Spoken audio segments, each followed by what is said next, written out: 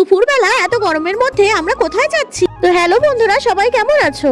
আজ রামনবমী, তাই কিন্তু আমি র্যালি দেখার জন্য বেরিয়ে গেলাম। মার্কেটে আসতেই দেখলাম এখানেও কিন্তু রামের পুজো হয়েছে। আর চারিদিকে দেখো গেরুয়া রঙে কিন্তু পড়ে গিয়েছে। দেখো সবাই কিন্তু পতাকা নিয়ে বেরিয়ে পড়েছে র্যালির উদ্দেশ্যে। আর আজ কিন্তু রাস্তায় প্রচুর ভিড় ছিল। সবাই কিন্তু মোটামুটি একই কালারের ড্রেস পরেছে। আর এই দেখো পতাকাগুলো কি সুন্দর লাগছে। বিয়ের 10 বছরের মধ্যে আমি কিন্তু কোনোদিনও এরকম র্যালিতে আসিনি।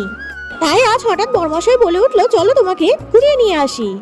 আর আমার এসে তো ভীষণ আনন্দ লাগছিল। গুড়িয়াও কিন্তু ভীষণ মজা করছিল।